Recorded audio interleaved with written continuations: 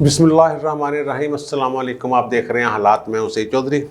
गिलगित बल्तिस्तान के साबिक़ chief justice Rana Shamim के बयान अल्फी ने एक नया कट्टा खोल दिया है। कट्टा तो खैर पहले से खुला हुआ था, उन्होंने ज़रा उसको पर्दा हटा दिया है।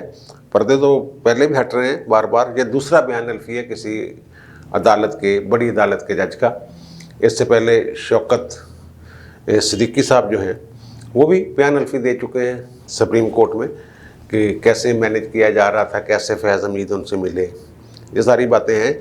इसको देखते हैं कि उन्होंने जो खबर है ये अंसार अब्बासी साहब की, उन्होंने वो नाम जो है उन जज साहब का नहीं दिया जिनको फ़ोन किया था साकिब निसार साहब ने। और हम फिर देख लेते हैं वो कौन साहब हैं जिनका नाम था, वो भी खैर करेंगे।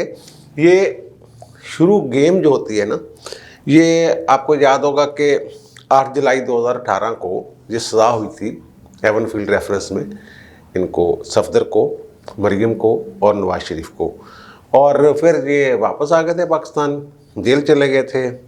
फौरी तौर पर इन्होंने जो ज़मानत है उसके लिए सुप्रीम को इस्लामाबाद हाई कोर्ट से रिव्यू किया, यानी पहले अपील के साथ दरख्वास्त दायर की ज़मानत के लिए। तो वो जो बेंच था वो था, अच्छा उसमें ना बड़े बेंच बदले हैं, बेंचों की अदला बदली बड़ी हुई है। नोटिस किसी और बेंच ने जारी किए और जो बेल इनके लिए थी ये हेवनफील्ड रेफरेंस में जो सज़ाएं मुअत्तल हुई थी वो और बेंच था। ये ज़रा जहन में रखिए, आपके सामने तस्वीर आ जाएगी, सारी खोल के सारी सामने आ जाएगी। तो ये जो उस वक्त चीफ जस्टिस थे अनवर कासी साहब, उनके ख़िलाफ़ था रेफरेंस सुप्रीम कोर्ट में। वो जाली भर्तियों का कोई मसला था, नाजायज़ भर्तियों का मामला था, उस पर सुप्रीम कोर्ट की जजमेंट भी आ गई थी।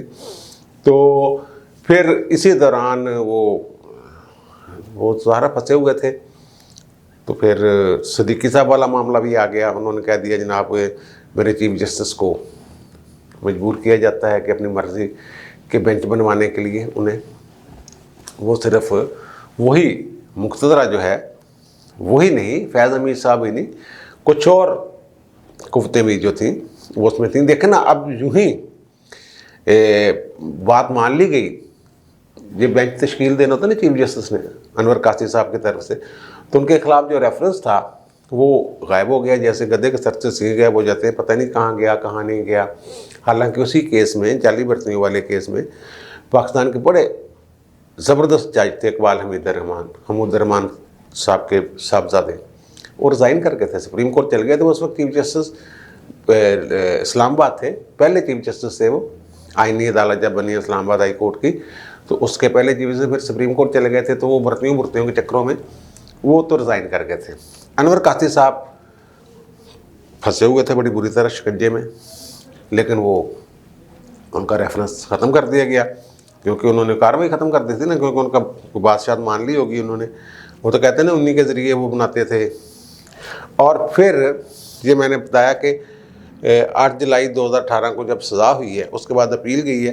अपील के लिए जो बेंच तश्कील दिया गया है उसमें जो सीनियर जज थे उस वक्त मौजूद, शौकत सिद्दीकी, अज़हर मनील्लाह वगैरह, उनको नज़रअंदाज कर दिया गया और बेंच बनाया गया आमिर फ़ारूक साहब और मोहसिन अख्तर कियानी पर मुश्तमिल 2 रुकनी बेंच, जिन्होंने इब्तदाई समात की, इनकी शरीफ फैमिली की अब दरख्वास्तों की और अपीलों की और नोटिस जारी किए नैब को।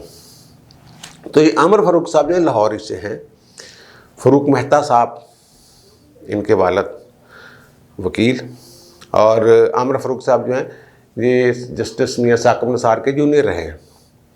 वो कुछ लोग रिश्तेदारी की बात कर रहे हैं, मेरे ख्याल रिश्तेदारी नहीं है, वो उनके जूनियर रहे हैं, बच्चों की तरह होता है जूनियर जो होता है।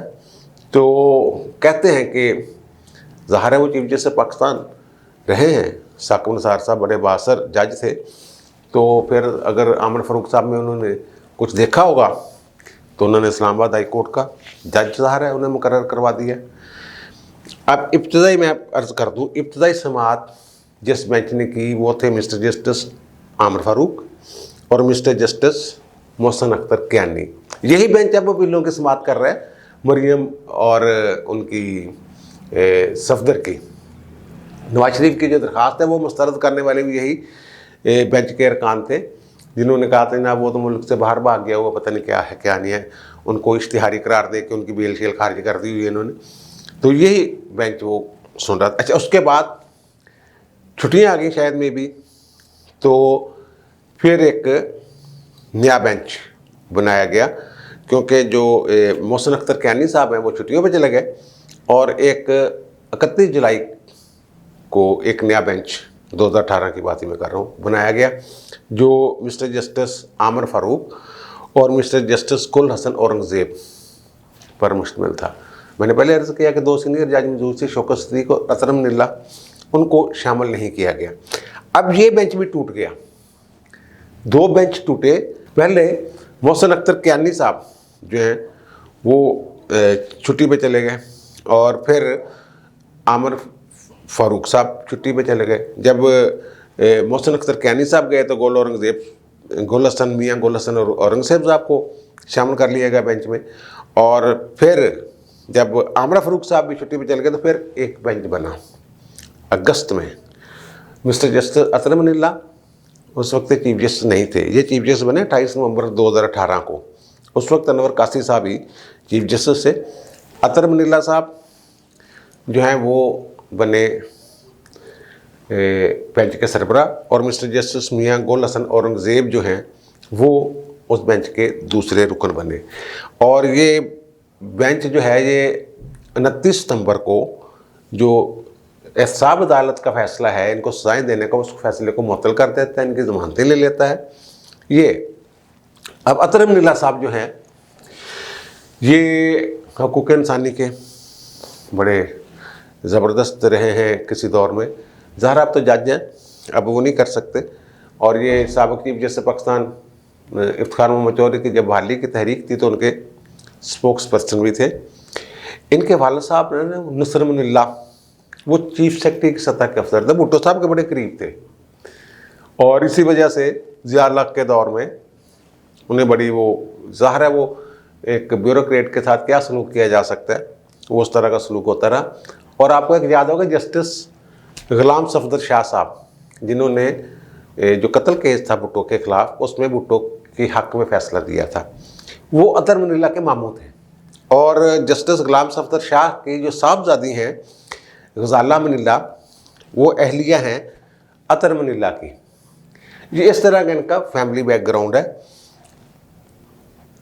उस दौर में भी अब नेक नाम लोग हैं। और दूसरे जो रुकन थे जिन्होंने ज़मानत ली थी मियाँ गुल हसन औरंगज़ेब, वो जो आखिरी वालिय सवात थे उनके पोते हैं, सॉरी माफ़ी चाहता हूँ, और उनके जो वालिद हैं वो आखिरी वली अहद थे सवात के, और उनकी जो वालदा हैं वो इनके जो वालदा हैं ना वो अयूब खां की साहबजादी हैं नसीम औरंगज़ेब। इनके वालिद साहब औरंगज़ेब साहब जो थे वो आखिरी वली अहद थे रियासत सवात के, और जो अयूब खां के साहबजादी हैं नसीम औरंगज़ेब वो इनकी वालदा हैं, और जो हमारे मौजूदा वज़ीर हैं उमर अयूब खान वो फिर इस तरह इनके मामूज़ाद हुए एक तरह से। और अतर मनीला साहब की जो वालदा हैं बिल्किस मनीला वो कौमी असम्बली की रुकन भी रही हैं, और जो मियाँ गुल हसन औरंगज़ेब के वालिद जो हैं वो बलूचिस्तान और KP के गवर्नर भी रह चुके हैं। ये एक बड़ी फैमिली के लोग हैं, और ये दबाव बर्दाश्त कर ऐसे लोग हैं जो दबाव बर्दाश्त कर सकते हैं, या इन्होंने माजी में अपने बड़ों को दबाव बर्दाश्त करते देखा हुआ है। इन्होंने ज़मानत मंजूर की थी। फिर अब एक जो नया बेंच है वो मिस्टर जस्टिस आमिर फारूक और मिस्टर जस्टिस मोहसिन अख्तर कैनी पर मुश्तमिल है, जो समातें कर रहा है अपीलों की आगे। तो उस वक्त जब अतर मनीला साहब ज़मानत हुई थी ना 29 सितंबर 2018 को, तो वो आथर जो थे ना जजमेंट आथर वो थे अतर मनीला साहब। बड़ी लंबी चौड़ी जजमेंट, सुप्रीम कोर्ट ने बड़ा गुस्सा किया इस गल का कि हैं इतनी लंबी जजमेंट, इतनी लंबी जजमेंट लिखने की क्या ज़रूरत है। ये आपके आसफ सईद खोसा साहब और इस तरह के जो जजेज हैं, इतनी लंबी जजमेंट की तो आप बस टू द पॉइंट थोड़ी बहुत। वो मैंने पता किया कहीं से, वो कहते जनाब असी पूरे ठोस शवाहद दे नाल एक एक गल पक्की करके लिखी सी ताकि साडा फैसला सुप्रीम कोर्ट च सैटिस्फाइड ना हो जाए। इस तरह की वो जजमेंट थी बड़ी। बल्कि मैं तो ये कहता हूँ बार बार नून लीग वालों को कि अतर मनीला साहब वाली कोई जजमेंट है जिसमें मरियम सफदर और मियाँ नवाज शरीफ की ज़मानत हुई है, उसको मंजर-ए-आम पर लाएं, उसका तर्जमा करवाएं और रखें। अच्छा, अब ये जो खबर है ना, खबर ये है कि जो राना शमीम साहब हैं, साबिक chief justice supreme appellate court Gilgit Baltistan, ये 30 अगस्त 2018 तक वहाँ चीफ जस्टिस रहे हैं। और वो कहते हैं कि जनाब जुलाई का महीना था 2018 की गल आ, मियाँ नवाज शरीफ साहब अपनी फैमिली के 27 बंदियां दे नाल छुट्टी मनाना आया सी गिलगित बल्तिस्तान। ज़ाहिर टेंशन होती है ना, मौज मस्ती, फिर रिलैक्स करना होता थोड़ा बहुत। तो वो कह रहे थे जनाब ये वहाँ आए तो वहाँ जो मेहमान खाना है, रेस्ट हाउस है वहाँ, या गेस्ट हाउस कह लें या रेस्ट हाउस कह लें अदलिया का, वहाँ ठहरे हुए थे।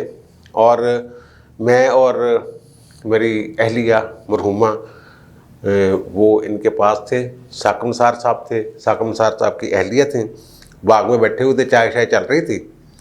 तो चीफ जस्टिस साहब साकिब निसार बड़े परेशान थे, वो बार बार रजिस्ट्रार को फ़ोन कर रहे थे मुसलसल और कह रहे थे कि जनाब फ़लाँ जज दे वो खाली जगह छोड़ी हुई, उन जज के घर जाएं, अगर नहीं मिल रहे तो उन्हें कहें मुझसे रब्ता करें, यानी साकिब निसार से रब्ता करें। फिर थोड़ी देर बाद वो उन जज साहब की कॉल आ गई और इन्होंने फिर उन्हें कहा कि इलेक्शन से पहले नवाज शरीफ और मरीम को बाहर नहीं आना चाहिए, ज़मानत नहीं होनी चाहिए, ये मामला था।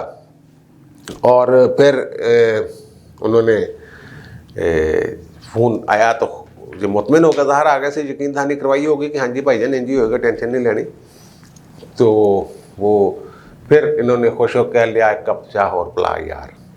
और फिर मैंने उन्हें कहा कि जनाब ये क्या बात हो रही है, क्या हो गया, क्या है, नहीं होना चाहिए। तो उन्होंने कहा यार पंजाब की और वहाँ की जो है ना मुख्तलफ है केमिस्ट्री कह लें पंजाब की और गिलगित बल्तिस्तान की, तो आप ये समझें कि आपने कुछ सुना ही नहीं, आपने कुछ देखा ही नहीं। और फिर साकिब निसार साहब जो हैं वो इसकी तरदीद इस तरह कर रहे हैं कि जनाब ये जो हैं इन्होंने अगस्त में रिटायर हो जाना था राना शमीम साहब ने, तो ये मुझसे कह रहे थे एक्सटेंशन दें, तो मैंने एक्सटेंशन नहीं दी तो ये गुस्सा कर गए। तो हूँ यही गल्लां कर रहे, मैं तो कभी सोचा भी नहीं नवाज ते मरीम की गल की आ, मैं तो किसी भी मुलजम वास्ते या किसी की हिमायत या मुखालफत वास्ते कभी अपने मतहतां नूं फोन ही नहीं किया, ये एवं गल आ। तो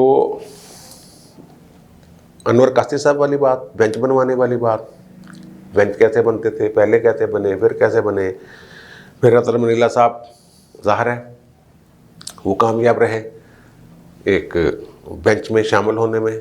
तो ये सारा इस तरह इशू जो है ये बना था। अब आप देख लें कि बेंच का सरबराह जो होता है वो बड़ा अहम होता है।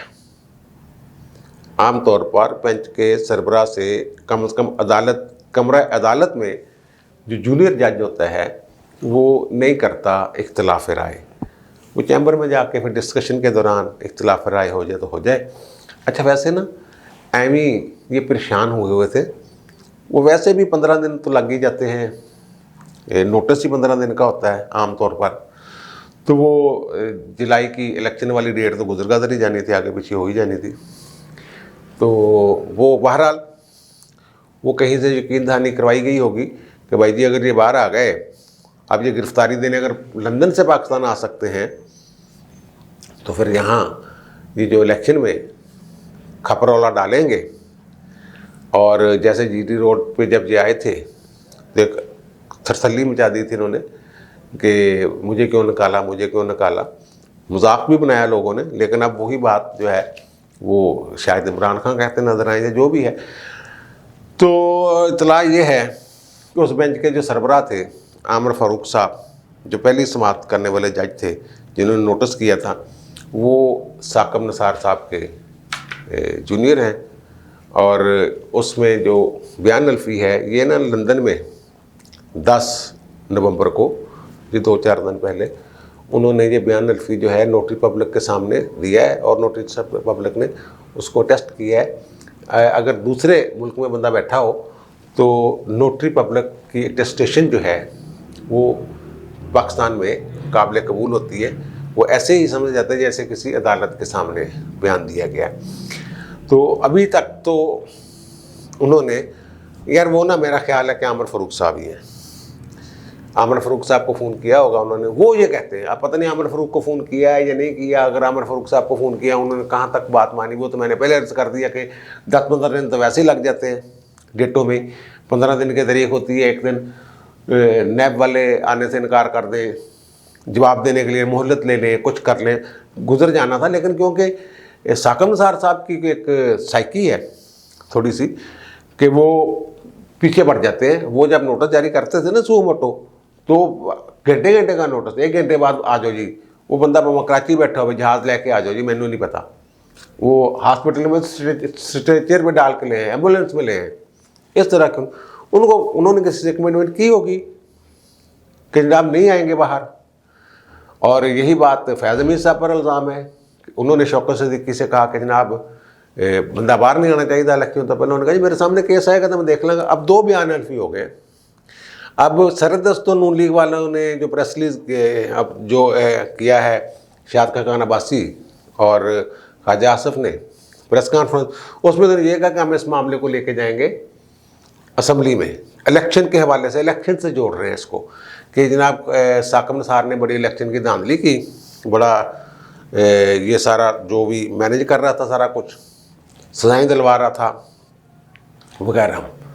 तो वो जनाब, और जो आज राब्ते हुए हैं शहबाज शरीफ के बिलावल से, मौलाना से और अपोजिशन की दीगर जमातों से, तो वहाँ भी ये मामला हल्का फुल्का अंडर डिस्कशन आया है। तो बिलावल साहब ने और दीगर, बिलावल ने ये मशवरा दिया है कि ये मामला आप असम्बली में लाएं।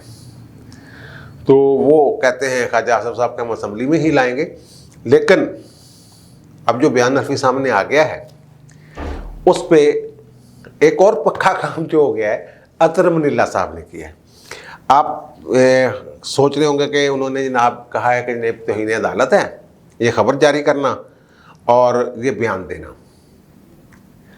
उन्होंने नोटिस जारी कर दिए हैं साबिक़ चीफ जस्टिस गिलगित बल्तिस्तान राना शमीम को, और इन्होंने स्टोरी दी है इंसार अब्बासी साहब को कि कल सुबह 10 बजे भाई आ जाओ, आके दसो की मामला हैगा, क्यों ना थोड़े खिलाफ तौहीन अदालत की कार्रवाई अमल च लिया जाए। यानी तौहीन अदालत की कार्रवाई ओरिजिनल जुरिडिक्शन पे उन्होंने ये काम, उन्होंने नोटिस लेके इनको बुला लिया है।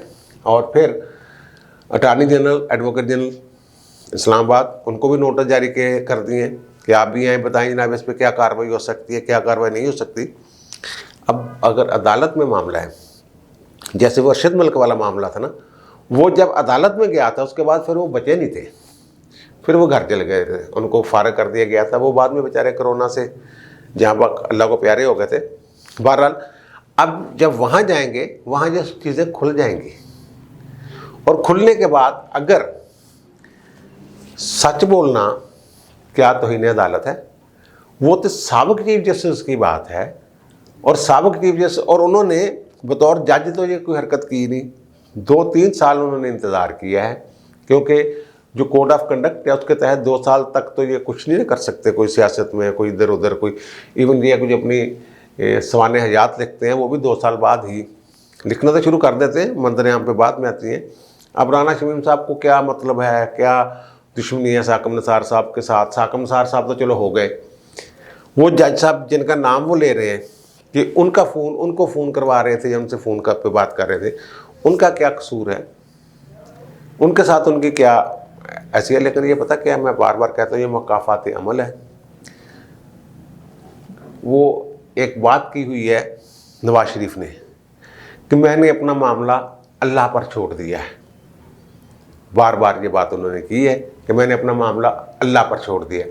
और जब अल्लाह पर छोड़ दिया जाए तो फिर उसकी अदालत जो होती है वो तो ऐसे ही होता है, हर चीज़, हर चेहरा बेनकाब होता है, गंदगी कलीन के नीचे नहीं छुपती, बाहर आती है, उबल उबल के बाहर आती है। अब आगे कल इसकी समाअत है इस्लामाबाद हाई कोर्ट में बतौर तहरीन अदालत। तो अब देखें क्या बनता है क्या नहीं बनता। अगर वो बयान अल्फी सच्चा हुआ, वो अदालत में भी हो गया साबित, अब उनकी अहलियत तो दुनिया में रही नहीं। बहरहाल बयान अल्फी बहुत बड़ी बात होती है, कोई छोटी बात नहीं होती।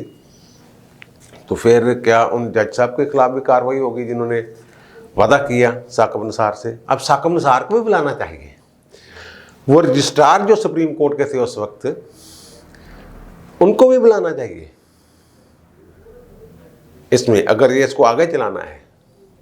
अगर सिर्फ ऐसे ही गोंगलों से मिट्टी झाड़नी है फिर ठीक है, लेकिन मुझे ये लगता है कि अतर मंडला साहब ने जो नोटिस लिया है तो इन्हें अदालत का, ये मामले को और अच्छा लेगा, बहुत देर खबरों में रहेगा। लेकिन आज 2 4 5 दिन बातें होती रहती, फिर मामला इधर उधर हो जाना था। मुझे तो लगता है कि वो राना शमीम साहब पाकिस्तान में भी नहीं है इस वक्त। डेटें पड़ेंगी, इंसार अब्बासी साहब बताएंगे जनाब मेरी क्या बात हुई थी, क्या बात नहीं हुई थी।